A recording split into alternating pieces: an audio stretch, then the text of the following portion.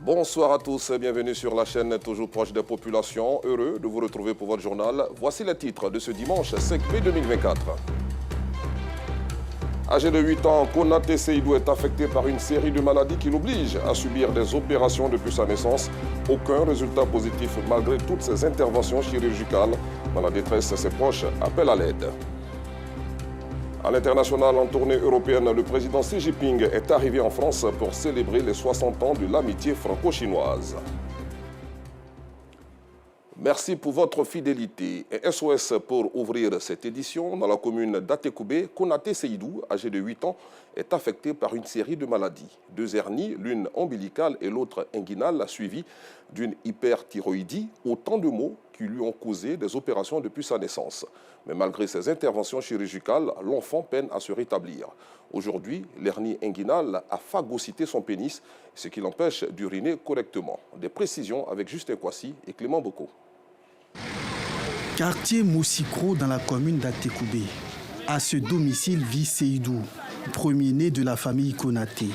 Âgé de 8 ans, Seydou a l'apparence d'un enfant de 3 ans. Assis auprès de sa mère, le regard hagard, ce tout petit croule sous le poids de la maladie depuis le bas âge. Il est atteint à la fois d'une hernie ombilicale et d'une hernie inguinale. À sa naissance, il avait un problème de malformation. Donc, comme on ne savait pas, on a fait les traitements, on a vu que non, il avait une hernie du côté droit. Et c'est là maintenant qu'on a fait la première opération, il avait 7 mois. Au bout de 2 ans, on a vu que le nombril aussi était devenu gros.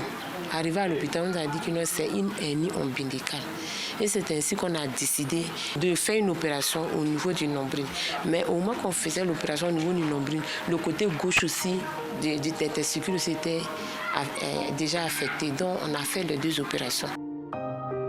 Les testicules du petit Seydou grossissent au fur et à mesure que la hernie inguinale se développe. Son pénis n'est plus visible. Cet organe important dans l'appareil génital de l'homme a été phagocyté par l'énormité de ses testicules qui ne font qu'augmenter de volume. L'enfant arrive à peine à évacuer ses urines à travers cette ouverture. À l'hôpital, on nous a dit non, qu'on peut appuyer pour que le pénis puisse sortir, mais c'est difficile parce qu'il a des douleurs. Il arrive des moments même là, où quand ça commence là, c'est pas facile à supporter. On lui donne des calmants, mais c'est difficile. Pire encore pour le gamin, affectueusement appelé papa par sa mère, c'est qu'en plus des 2 hernies, le petit Seydou souffre d'une hyperthyroïde, une pathologie qui entraîne une perte de poids considérable. Mariam, sa mère, est déterminée à lui apporter toute l'affection et des soins pour qu'il puisse recouvrer la santé. Cependant, elle est souvent victime de stigmatisation de la part de ses proches. La maladie agit sur tout le corps. Il y a des personnes qui ont des jugements négatifs, qui me pointent du doigt, qui disent que non, que c'est moi j'ai fait que mon enfant est devenu comme ça. Quand je suis élu, il y a certaines personnes qui me blâment. Il y a certaines personnes qui me blâment que c'est la cause de sa maladie. Sa voisine Diara Traoré fait partie des rares personnes à la soutenir dans cette situation difficile. Franchement dit, la femme me fait pitié, l'enfant me fait pitié. Parce que l'enfant ne peut pas marcher. Quand on va à l'hôpital, il faut le soulever. Souvent même pour prendre taxi même, 5 000 aller là-bas, on n'arrive pas. On rentre dans le bus. Dans le bus aussi, l'enfant va pleurer jusqu'à arriver au mère-enfant. Nous-mêmes, ça nous fait très mal. Parce qu'aujourd'hui, on n'a pas les moyens pour les soins. Si on avait les moyens pour les soins, jusqu'à aujourd'hui, ça n'allait pas arriver comme cela. Seule, face à tous ces maux dont souffre son fils, Mariam sollicite l'aide des âmes généreuses pour sortir son enfant de cette misère. Des fois qu'il peut retrouver la santé. Mon premier souhait, c'est qu'il retrouve son sexe parce qu'il a des problèmes pour uriner. Il urine difficilement. Donc, mon deuxième souhait est qu'il grandisse normalement comme ses amis et qu'il devienne comme ses frères et sœurs, partir à l'école, s'épanouir comme tous les autres enfants. En tant que mère, voir son enfant dans cet état-là, vraiment, c'est difficile. C'est difficile pour moi. Donc, j'ai pris les bonnes volontés de nous venir en aide.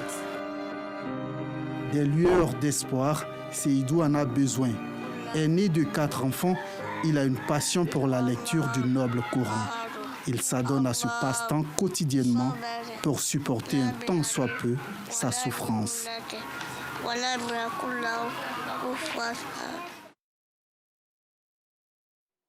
Un élément plein d'émotions. Place au dossier de la 2.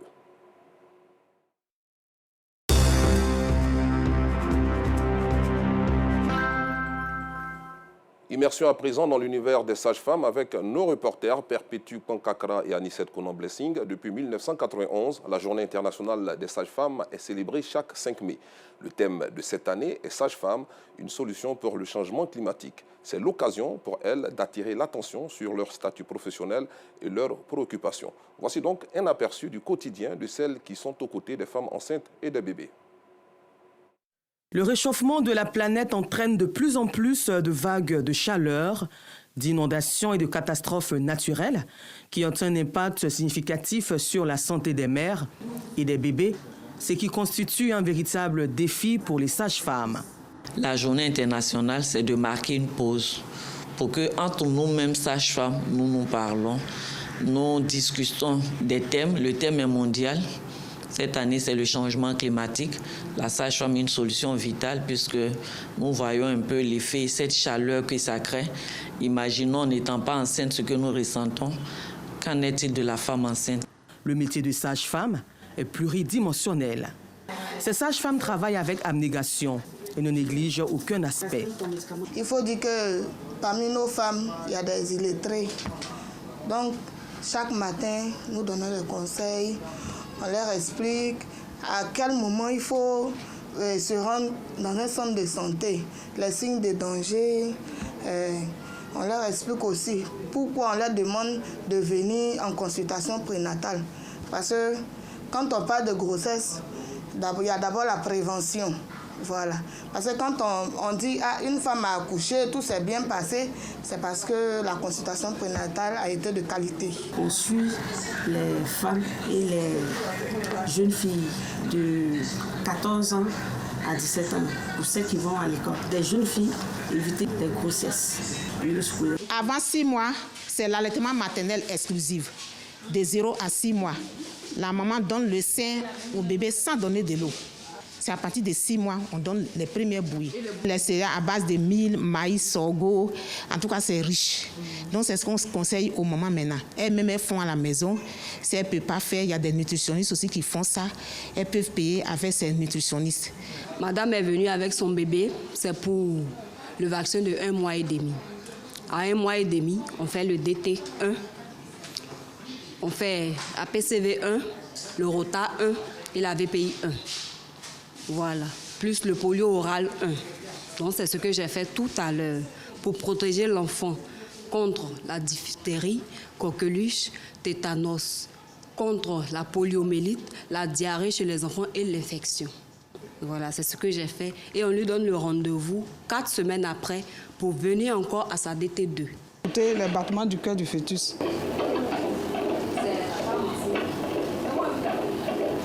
C'est bon signe. L'enfant se porte très bien. Elle a fait un paludisme. Aujourd'hui, elle est venue pour un contrôle. Donc, on examine tout ça pour voir si elle et le bébé se portent très bien.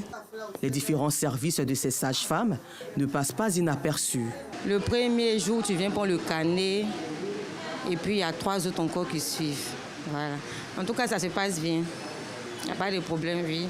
Quand on vient, nous entretiennent d'abord les matins. Elles nous entretiennent, nous parlent comment se tenir pendant la grossesse, qu'est-ce que tu dois faire, qu'est-ce que tu ne dois pas faire, tout ça. Et après, on commence les consultations. En tout cas, ça se passe bien. Elles peuvent bénéficier de formations qui leur permettront de renforcer leurs capacités et surtout d'accéder à des métiers tout en restant dans le corps médical. La sage-femme aussi peut évoluer. La sage-femme devient une sage-femme spécialiste en santé de la reproduction. Elle devient une sage-femme spécialiste en planification familiale, spécialiste en santé publique, spécialiste en dermatolèpre, spécialiste en ORL, spécialiste en ophtalmo, pour dire que la sage-femme en Côte d'Ivoire, c'est une sage-femme pluridimensionnelle. Pour la bonne marche du métier de sage-femme, les femmes du corps médical et les femmes enceintes doivent conjuguer leurs efforts afin de créer un environnement propice. il n'y a pas de sage-femme s'il n'y a pas de femme enceinte. C'est parce que vous êtes enceinte ou bien vous êtes allaitante ou bien qu'il y a une sage-femme. Donc, nous sommes des amis fidèles pour la vie. On compte sur vous, on est avec vous. On souhaite vraiment que cette amitié, ce travail qu'on fait, nous puissions le faire ensemble. Quand vous allez à l'hôpital, faites vos examens, faites vos échographies, suivez, donnez les rendez-vous qu'on vous donne. Vraiment, suivez les rendez-vous, c'est très important. La sage-femme n'est pas vraiment votre ennemi. On ne veut pas qu'une femme meure en couche. C'est en 1990, au Japon, lors du congrès de la Confédération internationale des sages-femmes, que la Journée internationale des sages-femmes a été instituée. Tous nos encouragements aux sages-femmes qui jouent un rôle essentiel pour apporter des soins de qualité partout dans le monde. Restons dans le domaine de la santé pour parler de lutte contre la poliomyélite. La Côte d'Ivoire, la Guinée-Conakry et le Libéria mutualisent leurs efforts pour lutter contre le poliovirus. Cela fait suite à la résurgence de la polio dans ces 3 États. En 2023, 7 cas de la variante vaccinale de cette maladie ont été découverts sur le territoire national, principalement dans les zones frontières ouest. Afin de mener une lutte efficace contre ce mal, experts ivoiriens et guinéens se sont retrouvés à Mans. Les détails avec Gervais Kouassi du bureau régional RTI Mans et Clément Boko. Cette rencontre bipartite entre la Côte d'Ivoire et la Guinée a pour objectif de trouver des stratégies concertées pour lutter efficacement contre l'agent pathogène responsable de la poliomyélite.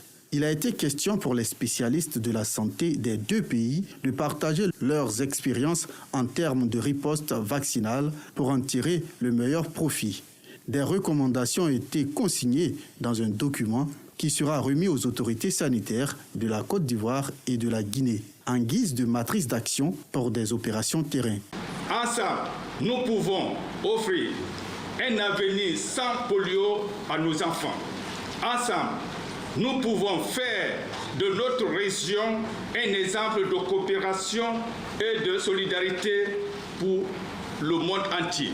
Malheureusement, la pandémie de la Covid-19 a fait relâcher cette surveillance épidémiologique qui a eu pour conséquence la résurgence de cette maladie et les politiques nationales mettent en œuvre tout pour éradiquer de nouveau cette maladie. Les experts en santé ivoiriens et guinéens ont salué cette volonté conjointe de leurs États à lutter contre la poliomyélite afin de l'endiguer dans un bref délai. C'est une opportunité, c'est une porte d'entrée.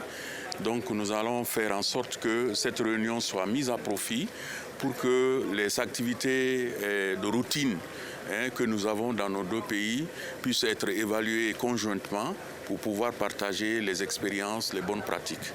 Nous sommes presque à la fin de l'éradication.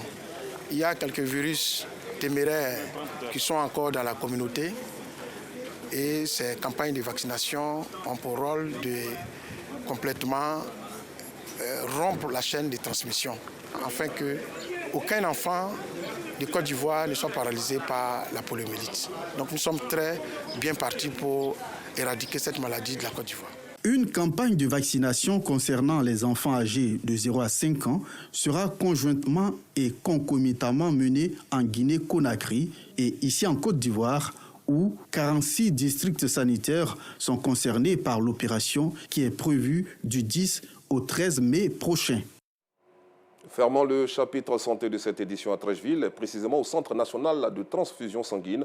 Les salariés d'une entreprise agroalimentaire ont pris d'assaut les locaux du CNTS le jeudi dernier à l'occasion d'une opération de don de sang pour sauver des vies dans notre pays. 250 employés, en plus de partenaires et clients de la structure, ont contribué de manière volontaire à cet acte citoyen. Témoignage, Boris Odilomblé.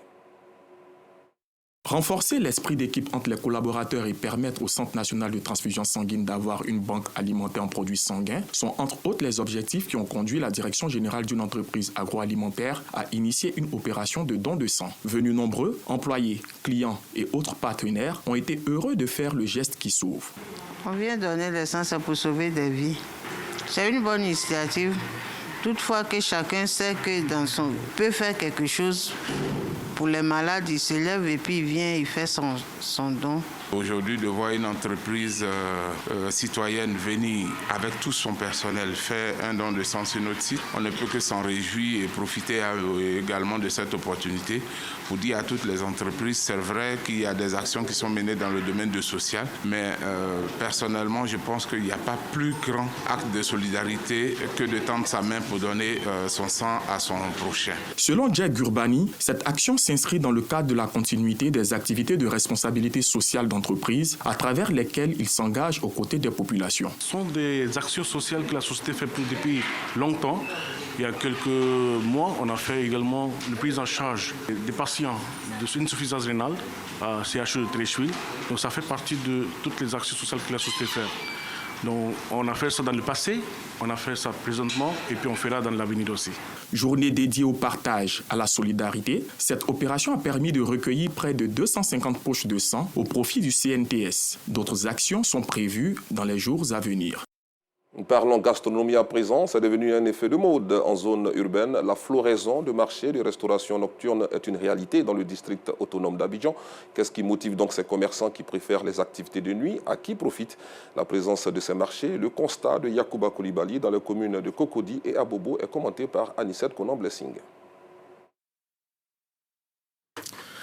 Il est un peu plus de 22 heures à la Rivera 2 dans la commune de Cocody. Une animation particulière. Le marché de restauration en cette nuit est en effervescence. Comme d'habitude, Martine Adaye, vendeuse de poissons braisés qui habite la commune de Yopougon, est à son poste dans l'espoir d'obtenir sa pitance quotidienne et surtout faire des bénéfices. Elle espère que ses efforts finiront par payer. Avec ça, je paye ma maison, je m'occupe de mes enfants, je paye mon déplacement de Yopougon à la Rivera 2. Voilà, je m'en sors très bien, je ne me plains pas en tout cas. Il faut aimer tout ce que tu fais et ça va finir par payer. Tout comme Martine, Ibrahim, vendeur de poulet braisé venu, lui, d'Angré, estime que le commerce de nuit nourrit son homme. Ouais, la nuit, ça va, ça bouge beaucoup. Il y a beaucoup de clientèle parce qu'il y a des petits rencarts. Donc, passer c'est par là, tout le monde doit se regrouper pour aussi, pour en tout cas, c'est bon. Au marché de restauration nocturne d'Aboboté dans la commune d'Abobo, l'ambiance est quant à elle morose. Cette atmosphère, selon certaines vendeuses, a des moments favorables pour leur business. Les moments favorables au business à partir de 19h jusqu'à 23h, intensément, voilà. Que les clients viennent abondamment à ces heures-là. C'est grâce à ça aussi que je paye mes formations à l'école. Donc, vraiment, j'adore ce que je fais. Voilà, j'adore, c'est passionnant pour moi. Le marché de restauration de nuit fait le bonheur de nombreux clients. C'est le cas de Cédric Doué, qui pense que c'est avantageux pour les célibataires. Bon, je suis célibataire et puis bon, des fois, quand tu n'as pas la force ou l'envie de préparer, tu viens rapidement ici et tu trouves ce que de bon à manger ici. Et c'est vraiment avantageux parce qu'il y a des maquis à côté où on fait la boisson et donc les gens viennent ici aussi pour manger. Le marché de la gastronomie nocturne reste une aubaine pour certains consommateurs. Il est aussi une source de profit pour des commerçants qui réussissent à tirer leur épingle du jeu. Direction la commune de Port-Boué pour parler sport. En effet, au-delà de ce conseil des plages, celle de Gonzagueville est un lieu de rendez-vous pour tous les adeptes de sport matinal. Stéphane Assouan, Anicette Konan-Blessing. Même la pluie ne peut arrêter Herman Doula, cet athlète amateur de vivre sa passion, le footing. Pendant ce temps, dans le sable en bordure de mer, Romuald Kanga, un athlète professionnel, lui, multiplie les efforts dans sa séance d'entraînement. Là, c'est plus avec le goudron qu'ils ont fait, c'est plus praticable. Raison pour laquelle nous choisissons le bois pour faire un peu de footing. Comme on le dit, le sport c'est la santé, donc on profite un peu du sport pour une mise en forme. J'ai choisi la plage pour renforcer plus mes aptitudes physiques, parce qu'en athlétisme, on a besoin de force. Et si tu ne renforces pas tes aptitudes physiques, ça sera difficile. Donc la plage, c'est un très bon endroit pour pouvoir renforcer tout ce qui est muscles des membres inférieurs. Dans la même continuité de cet espace aux abords de l'autoroute d'Abidjan-Bassam, au carrefour Terre Rouge de Gonzagueville, toujours à Port-Boué, 3 espaces de jeu pour le maracana, le basket et le petit poteau. Celui de maracana est occupé par les membres de l'association Sport Plus de Gonzagueville, SPG, qui s'adonnent à leur sport favori. C'est d'abord un club d'amis. On se retrouve 1 ou 2 fois par semaine ici pour communier ensemble à travers le sport. Et après le sport aussi, on se retrouve pour la 3e mi-temps comme dans tous les clubs de Maracana. Ça nous permet de tisser des liens forts, de raffermir nos liens et puis de nous entraider dans la vie de tous les jours. Juste à côté, au terrain de basketball, d'autres adeptes de ce sport sont en pleine confrontation. Parmi eux, Aziz Keïta, étudiant qui préfère pratiquer ce jeu pour décompresser afin de mieux aborder les futurs examens de fin d'année. J'ai décidé de venir jouer au basket un peu avec mes camarades. La joie, le réconfort, et c'est une mise en forme aussi. C'est à peu près comme une thérapie. Je me relaxe quand je joue, je me détends. Ce matin, comme ça, je suis décompressé. Parce que le lundi, je compose un marketing mix. Même animation au 3e terrain dans la même enceinte où les amateurs de petits poteaux se livrent à cœur joie à ce jeu. Comme chaque samedi, nous venons déstresser en faisant le sport, qui est le foot. Nous venons transpirer un peu et prendre la santé avec le foot. C'est vrai, on parle du grand poteau, mais chaque Ivoirien, bon Ivoirien, se reconnaît dans le petit poteau. Plus une joie de marquer ou bien de faire une passe. Ce cadre bien aménagé de la commune de Port-Boué, qui part de la clôture de l'aéroport international Félix Houphouët-Boigny d'Abidjan, en passant par Adjoufou, Jean Folly, Gonzacqueville pour finir à Anani, crée l'attraction tous les week-ends. Il est devenu le lieu privilégié de tous les adeptes du sport de tout genre. Enfin, à l'international, comme annoncé en titre, le président chinois entame sa première tournée en Europe depuis 2019 et la pandémie du Covid. D'abord à Paris, où il est arrivé ce dimanche en milieu d'après-midi pour célébrer les 60 ans de l'amitié franco-chinoise. Xi Jinping se rendra ensuite en Serbie et en Hongrie. Merci d'avoir suivi cette édition. Soyez aussi heureux que cela est possible. Bonne soirée sur RTI2.